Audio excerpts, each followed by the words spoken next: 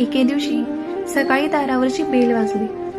मी दरवाजा उघडला तेव्हा पाहिले की एक आकर्षक बांध्याची व्यक्ती सस्मित समोर उभी होती. मी म्हटले, बोला, काय काम आहे? ते म्हणाले, ठीक आहे, तुम्ही रोज माझ्यासमोर प्रार्थना करत होता म्हणून म्हटले आज भेटूनच घेऊ. मी म्हटले, माफ करा, मी तुम्हाला ओळखत नाही. ते म्हणाले, बाई, मी भगवान आहे.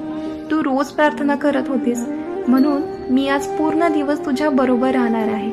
मी चिडत म्हटलं, ही काय मस्करी आहे? होय, ही मस्करी नाही, सत्य आहे. फक्त तूच मला पाहू शकतेस. ते म्हटले, तुझ्याशिवाय मला कुणीही पाहू किंवा ऐकू शकणार नाही. काही बोलणार इतक्यात मागून आई आली. एकटीच काय उभी आहेस? इथे काय करतेस? चल आता, चहा तयार आहे, आज येऊन चहा पी. आईला काही ते दिसले नाही. आईच्या या बोलण्यामुळे आता या आगंतुकच्या बोलण्यावर थोडा विश्वास बसला.